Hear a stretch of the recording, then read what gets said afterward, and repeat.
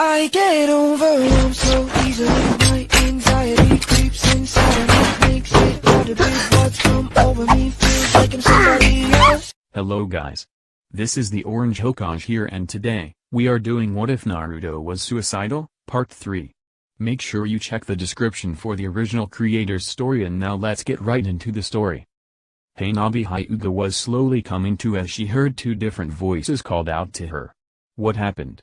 Hanabi asked herself as she tried to remember what happened. She remembered how Naruto and Hinata were acting, how her father was saying that Naruto would be staying in Hinata's room, Naruto, in Hyuga robes, and Neji walked in Hayashi's office, and listening on to Naruto's and Neji's conversation about Hinata, and then Naruto mentioning something about the dreaded Kubai. Hanabi awoke to find her cousin and the blonde before her. Lady Hanabi, asked Neji as his stoic face showed concern, are you alright? Hanabi looked around to find that she was in Neji's room. On his bed. I am. Said Hanabi in a defensive manner, alright. That was when the door opened to show Hayashi walking in. Hanabi, said the Hyuga with an authoritative voice, and although Hanabi never showed it, she was afraid. What were you doing spying on us? Asked Naruto with slight fear in his voice. Straight to the point, Hanabi thought before she remembered what Naruto said. The nine-tailed demon fox is sealed in him. Hanabi quickly got into a fighting stance and was about to attack Naruto when she felt two pairs of hands holding her back. Hanabi! Commanded Hayashi as he and Neji tried to keep her from hurting Naruto. Naruto is our guest and is to be treated as such. The demon must have gotten to them, Hanabi thought as she heard what everyone said about Naruto. Let go. Commanded Hanabi as she struggled to break free. Why are we housing the very Kubai that nearly destroyed the village 12 years ago? He needs to be dealt with while he's weak. Lady Hanabi, said Neji as he contemplating to using Juken to keep Hanabi from moving. Naruto is not the fox that attacked the village. He's been feeding you lies since the Chunin exams. No, he hasn't. That demon needs to die before his power could be unleashed again. Hanabi! Yelled a new voice as the three wrestling Hyugas looked to see Hinata with a rare look on her. Anger. Before another sound was made, one was heard from outside and everyone noticed someone missing. Naruto! Naruto-kun! Shouted Hinata as she rushed towards the window. Naruto-kun, come back here. Both Hayashi and Neji let go of Hanabi and backed away slowly as neither father nor cousin recalled the last time Hinata was mad. Hanabi picked herself up and said, I'll go alert the guards and have the shinobi go after the demon and kill him before. Hanabi was unable to finish as Hinata had swiftly struck Hanabi's arms and legs, causing the younger sibling to fall, and Hinata was now towering over the fallen Hyuga. Hanabi! Said Hinata as Hanabi was starting to fear her sister, you will be taken to your room and stay there until I say so. If any of the servants catch you leaving your room. I swear to not just Kami, but our own mother, that I will personally apply the caged bird seal and spank you so hard that you can never sit again without being reminded of what you did to earn my wrath. All the Hyugas in the room paled as Hinata 1, never threatened Hanabi, 2, never dared struck Hanabi outside of sparring, and 3, was never this mad. Hanabi wanted to challenge Hinata, but the look on Hinata's face made her think otherwise. Hinata summoned the nearby servants, and as 3 of them entered, Hinata said, you 3 are to take my sister to her room and watch her. She is not to leave her room, and if she does. The 3 servants paled as Hinata had never shown such authority and feared what would happen if they disobeyed. Of course, Lady Hinata, said one of the servants as she grabbed Hanabi. Hanabi shall never leave her room until either you or Lord Hayashi tells us otherwise. After the servants left with Hanabi, Hinata then turned towards Hayashi and let out a long sigh. Father. Neji. Said Hinata in a calmer but still forceful tone, get Kiba, Shikamaru, Ino, Ten, and Lady Tsunade. Tell them about the reports of a rare blue rain fox. If you cannot get Lady Tsunade, then get Shizune. Now move. Hayashi and Neji quickly complied and dashed out of the door while Hinata opted for the window. I need to find Naruto-kun, and quick. Hinata thought to herself as she pumped chakra into her legs. With Hayashi and Neji, the two were completely shocked at what happened, as if it was just a bad memory that would never be able to go away. Uncle, said Neji, ignoring how he addressed Hayashi, let us both agree to never make Lady Hinata angry like that again. Hayashi slightly paled at the memory and said, agreed Neji. Now let's split up and hurry. Both Hyugas took different directions to look for the people Hinata had listed off while praying that Naruto would be alright and that Hinata would show her little sister some mercy. Tsunade was going over some paperwork on one of the few times she decided not to drink while working when the door burst open to show an out-of-breath Hayashi.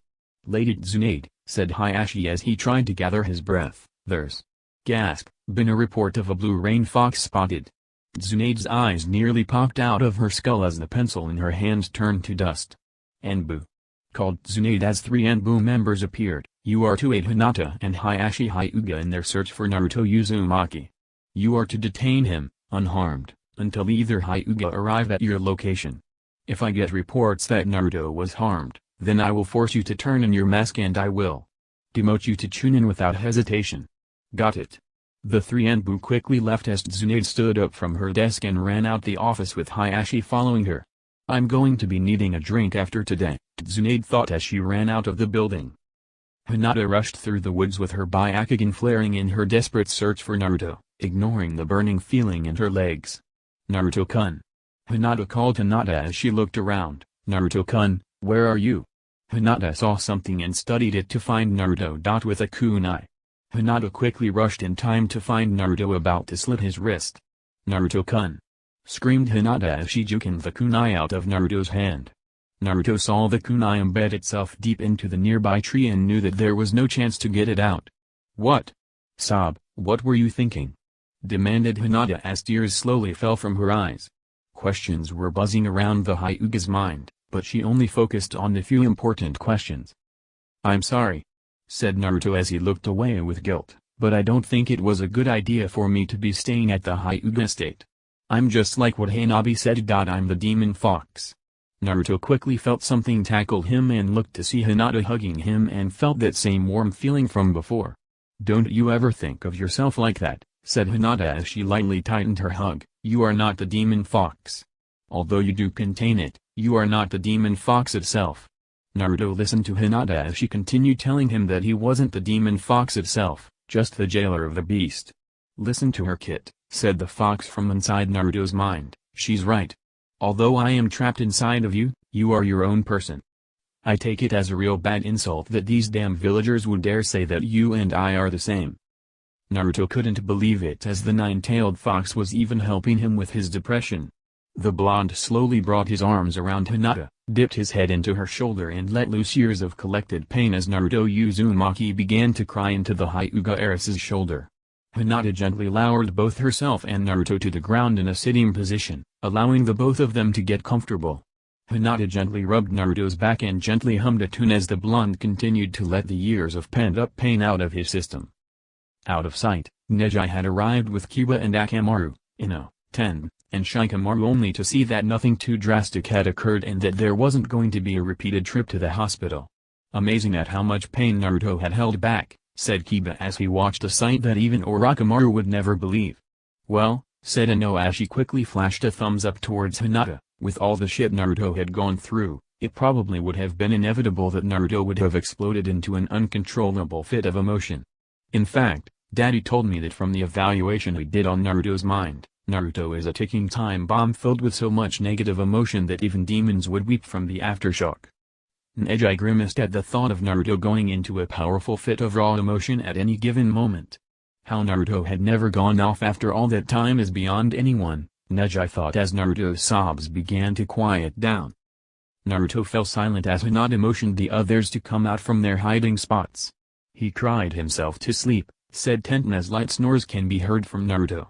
Hinata gently rubbed Naruto's whisker-like marks, getting a soft purring sound from the sleeping blonde. Kiba couldn't help but chuckle at Naruto purring from having those marks rubbed. "Neji," said Hinata as she continued to rub Naruto's cheeks. "Of course, Lady Hinata," said Neji as he smacked the back of Kiba's head. "Bad dog." Hayashi arrived at the estate and saw that it was late and he was out of breath. "I need to get back in shape," said Hayashi as he gathered his breath. "I wonder how Naruto is able to outrun Anbu and still have so much energy." It was then Hayashi saw Neji sleeping in the living room chair and a note on the coffee table. Hayashi picked up the note and read what the note had to say. "Father, I was able to find Naruto-kun and kept him from hurting himself with a kunai knife, but his wrist might be sore for a while as I had to knock the weapon out of Naruto-kun's hand. You wouldn't believe the amount of pain that he had held back as the tear stains on my jacket show proof. Please tell Hanabi that she may leave her room, but if she goes anywhere near Naruto-kun or tries anything to hurt him, I will make the threat from earlier real. I still cannot believe I did that, but Hanabi should know the difference between a scroll and the kunai it holds. I have servants watching my room should there be any attempts. I can imagine that everyone is tired after what had happened, so I believe that we should get our rest. Hopefully the next few days will turn out better than today. Good night. Love. Hinata. Hayashi placed the letter in his coat and nudged Neji awake. Come on, Neji, said Hayashi as Neji slowly got up from the chair, let us head towards Sped. We will need all of our strength as today has proven that this mission will be quite difficult. Neji nodded as he knew even though most of his pain is gone, Naruto still had a long way to go on the road to recovery. Sakura was in her room looking at the photo of her and the other members of Team 7 and felt painful nostalgia. I was so ignorant and foolish to the world around me, said Sakura as she let her thumb glide across Naruto's scowling face. I only saw the fantasy around me and refused to see what the world was really like. The Rosette began to remember their real mission outside the village and began to realize how the team would have easily been killed by Zabuza. All four of them would have possibly died or wished to be killed. We were so foolish back then, said Sakura as she listed her team's flaws. Naruto barely knew anything about being a ninja. I blamed the village for that. Sasuke had that aura of arrogance, and even though he had a few fire jutsus, that arrogance could have led us to our deaths. Naruto was arrogant too. But I think that was ignorance more than arrogance. I had nothing special, no Kekai Genkai, no powerful high-class jutsu. Nothing. Sakura then began to remember the Chunin exams and how that went. She flew through the first part, but the second part was a bit of an eye-opener for her, facing of those three sound ninjas by herself while Naruto and Sasuke were recovering from their encounter with Orochimaru. Even with her fight with Ino showed Sakura her lack of skill and power, as Ino had nearly defeated her if Naruto hadn't cheered for her. I hardly did much for Naruto, said Sakura remembering her teammates' fight with Kiba and Neji. He did so much, and how have I repaid him all this time? Beat the living crap out of him for just trying to talk to me. A tear fell from Sakura's face as she remembered how Gaara had behaved during that time and awakened the Akabi's power.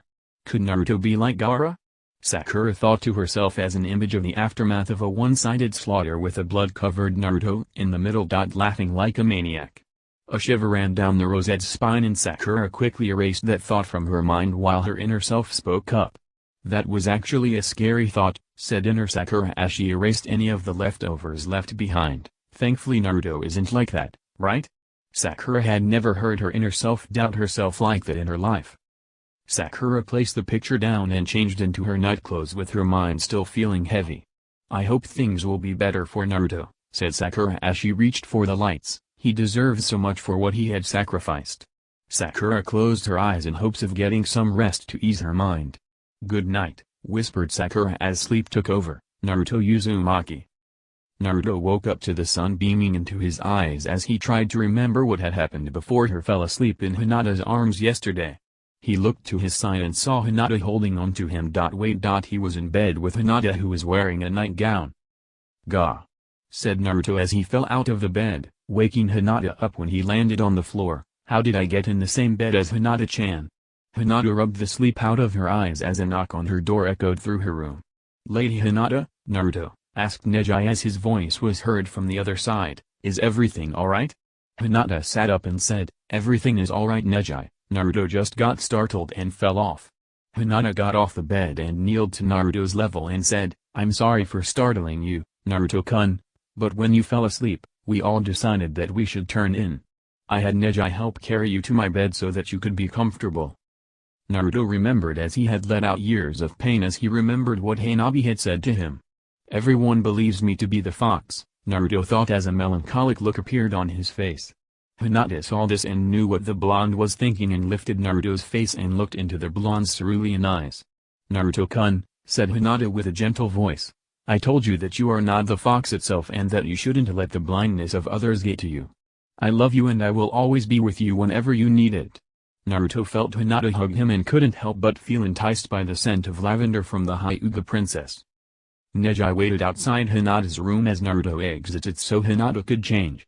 "How are you feeling, Naruto?" asked Neji as he had to make sure that the blonde was indeed alright. "Just got a little shock and a bit of comfort from Hinata-chan," said Naruto as he rubbed the back of his neck. "It's cool." Neji smiled a bit as Hinata was slowly helping the Jinchuriki recover. That reminded the Hyuga of something. "So Naruto," asked Neji as he was trying to word his question correctly, who all knows about it?" "Well," said Naruto as a small frown appeared on his face, "all the adults know about it, and aside from you, Hinata, and Hanabi, no one in our generation knows about it. Even though I do not carry the same burden as you, Naruto," Neji thought as he watched Naruto stare off into the distance, "I am beginning to understand you a bit more. Forgive me if I had made you uncomfortable," said Neji as he gave Naruto a slight bow. "Don't sweat it," said Naruto as a smile returned to his face. "I know that there are a lot of questions going on, but I guess we'll cross those roads when we get there." For a moment, Neji thought that he was either still asleep or under a genjutsu as Naruto was almost sage-like with his words. Is he always like this when he's depressed? Neji was about to ask when Hinata walked out of her room, ready to greet the day, and said, "Naruto-kun, Kurenai-sensei was told about my mission and wondered if you would like to join us for a nice picnic?" A picnic sounds nice, Naruto thought as he wanted to get his mind off certain topics and said, "Sure, just let me get ready." Hinata smiled as Neji escorted Naruto towards the bathhouse, knowing that Hanabi was watching the whole event. "You can come out now, Hanabi," said Hinata with a sharp voice as her little sister walked out of her hiding spot. "Why are you being so nice to that monster?" demanded Hanabi, ignoring the glare from her sister. "Can't you see he is just manipulating you into doing his bidding? If he impregnates you. If you wish to not be spanked right here and now," said Hinata with a threatening aura around her, "I suggest you go study the sealing arts until I return or when father summons you for your training. Until then, you be nice to Naruto-kun." Hanabi valued her pride as what Hinata had done yesterday was just enough proof that she needed to stay on her sister's good grace. Enjoy your day, sister," said Hanabi as she gracefully walked away, mentally cursing the person who brought this kind of fate upon her. At Training Field 7, Sasuke and Sakura were waiting for Kakashi and Naruto to arrive when Sakura sneezed. "Someone must be thinking about me," said Sakura as she wiped her nose with a tissue. "Considering what you done, I wouldn't be surprised if you go into a sneezing fit during training," said Sasuke as he was still thinking about what Naruto had said when he visited that day. "Does Naruto really think I'm just a crybaby who just wants his mother back?" Sasuke thought as he couldn't help but notice that Kakashi was later than normal. Sakura hung her head in shame as she knew that Naruto wasn't feeling well and it was all her fault, but she had sworn to be nicer to the blonde no matter what. "Hello my students," said Kakashi as he appeared. "Sorry I'm late, my bike was stolen so I had to walk all around the village when I realized that I took it to the shop yesterday." Silence was all the silver-haired Jonin heard as there was no one accusing him of being a liar or even Sasuke running in annoyance. "I just got word that Naruto is under suicide watch and I was hoping to ease their minds off of worrying about Naruto," Kakashi thought as he sort of blamed himself for being there for Naruto more than he should have. "I'm no longer in Enbu but I still need to be his protector. Forgive me Minato-sensei." "What's the plan for today, Kakashi-sensei?" asked Sakura as she wanted to get her mind off Naruto. "Well," said Kakashi as he looked at his two students, "I haven't been much of a sensei to this team when I should have been, so we are going to go through some simple trust exercises to strengthen Team 7's bond." Kakashi then had the two genin stand behind him as he fell backwards, causing the two to panic before catching their sensei. "What I just showed you was a simple trust fall exercise," said Kakashi as he got to his feet. "I purposely fell backwards in hopes that my trust in the two of you was not false. By catching me, I knew that the both of you could be trusted. If you hadn't caught me, then I may not be able to trust either of you in the future." "So are these trust exercises that important?" asked Sasuke as Kakashi's visible eye showed slight melancholy. "Yes," said Kakashi as he decided to share a bit of his past with his students. "I learned that trust can be everything within a team as my late friend, Obito Uchiha, had told me time and time again that those who break the rules are scum, but those who abandon their comrades are lower than scum. It just took his death to make me realize that bonds with others are just as important, maybe even more important, than any mission that I had ever had. The two genin soaked in their teacher's words of wisdom and couldn't help but think that Naruto would have little trust in them for not being there when he needed it the most. "Kakashi, my eternal rival," said Gai as he appeared out of the blue, "Kurenai and her team are having a picnic and the other teams have been invited to join." Sakura and Sasuke stared in confusion as Gai began to whisper something into Kakashi's ear.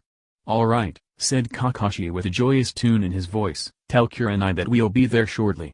After Gai shined away, Kakashi turned to his students and said, "Change of plans. Kurenai's team had invited us to their picnic and wanted us to get a few things, cups, drinks, food, etc., and join them on this nice relaxing day."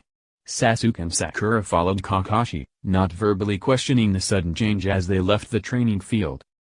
With Team 8, Naruto was watching as the other teams, save for Team 7, arrived with food and drinks. "Hey Naruto," said Ino as she gave the boy a quick hug, "glad to see you out of that bed and up and about." None of the others had brought up the incident yesterday and decided to make today a day for Naruto. "We are all glad that you're doing better," said Asuma as he ruffled Naruto's hair, hopefully not lashing out anymore, but the road of recovery is a long one. Naruto smiled at the people who were here as he wanted to say something, but he was too afraid of the reactions.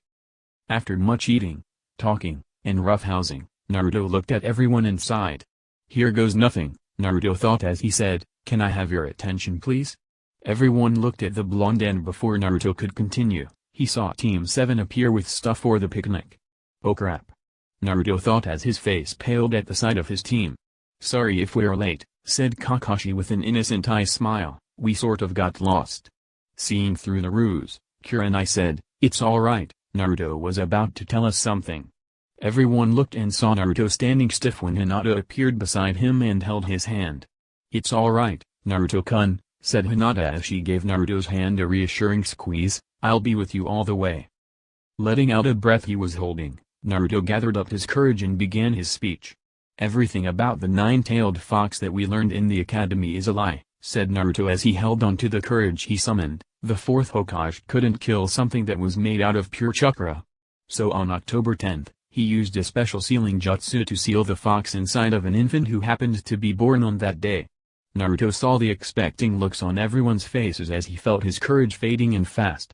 "That infant. The one used to contain the demon fox," said Naruto as his courage was about to hit the bottom, "is me. I have the nine-tailed demon fox sealed inside of me and I have had it inside me for all of my life." Everyone saw Naruto squeeze his eyes shut as if expecting to be yelled at or even attacked. The silence echoed throughout the group as Naruto said, "Well, what are you waiting for? Yell at me, call me a freak, a monster, the demon fox, whatever. It's not like I had a fucking choice to sacrifice my happiness just to protect a village that doesn't give two shits about me." "I knew something was up," said Shikamaru as the Chunin approached Naruto, "and I don't care if you're a Jinchuriki, Naruto. You're our friend and we would never see you any differently." Ino and Tenten approached Naruto and gave him a big hug. "The villagers are complete dumbasses to not see that without you," said Ino as she and Tenten pushed away from the hug. "There would never be a Konoha if the fox had flattened it to the ground." "Yeah dude," said Kiba as he put an arm around Naruto, "you're a badass for holding back the nine-tailed fox for all these years after what this village has done to you." Shino approached Naruto as Kiba, Ino, and Tenten edged away to let the Aburame speak. "I never had anything against you, Naruto, as my beetles have told me about the strange chakra inside of you," said Shino as he held out a hand, "but seeing how you and I both hold something inside of our bodies, be it bugs of demon, I can see you as a brother as we both hold great powerful beings inside of us." Naruto smiled a rare true smile as he shook Shino's hand. It is truly a great day as Naruto-san's youth shines brilliantly for his courage against such a great beast. Cheeredly as stares fell from his and Gai's faces. Naruto looked around to see everyone who cared about him, but his sights soon fell on Sakura. "Well, the picnic was fun and all," said Naruto as he wrestled away from everyone with Hinata following him, "but I gotta run. Hayashi said that I was going to be needed at the Hyuga estate. Bye." Naruto and Hinata disappeared into the distance as everyone soon turned their sights on Sakura Haruno. "It's amazing about all the crap Naruto had to deal with," said Kiba as his eyes hardened, "but it all make perfect sense now that you think about it." Sakura immediately knew that she was in hot water as everyone's glares bored into her. I was actually surprised that Naruto didn't quit or demanded a transfer into a different team, said Asuma, and his grandfather had told him about how Naruto was faring. And with the demon fox inside of him, added Choji, if we hadn't stopped him, then the fox would have destroyed the village once it was free from its prison. And when that happens, said Kakashi as he looked at the rosette, everyone would have still blamed Naruto for unleashing the fox when in reality, it was your fault for driving Naruto to the point of suicide. Sakura hung her head as it was true. She remembered studying everything about seals and learned that if the object with the storing seal was destroyed, then whatever inside the seal would immediately be released. If Naruto had been successful in killing himself, the fox would have been released and it would have all been thanks to Sakura. I'm sorry, said Sakura as she found her voice. I never knew about what Naruto had to go through. Sakura's apology fell on deaf ears as everyone turned to head towards home for the day. If there is anyone you should apologize to, said Neji as he gave the rosette a threatening glare, then apologize to Naruto-san and don't think that you can win him over with any offers of a date. Sakura fell to her knees as she was left alone on an empty field, yet again, to her thoughts. How could I have been so blind about Naruto's pain, Sakura thought as she remembered what Naruto had said during the mission to Kari was all true and not some random scolding. You were blinded by how much you wanted to impress Sasuke and refused to even acknowledge Naruto's existence, said inner Sakura. You have a lot of work to do, young lady. I for one like Naruto's jokes he had played in the past, and yeah, I've berated him too, but I know that Naruto is much stronger than anyone if he could pull off actual solid clones instead of just some cheap illusion. Sakura curled up and realized that no ordinary genin could ever pull off the Taiju Kage Bushin, let alone a regular Kage Bushin, without falling flat from exhaustion. I'm going to work on having Naruto forgive me, said Sakura as she looked towards the sky. I need to let Naruto know how sorry I am. So that's it for today, guys. If you like this story and want more, then please subscribe and turn on the bell icon. Until then, take care and goodbye.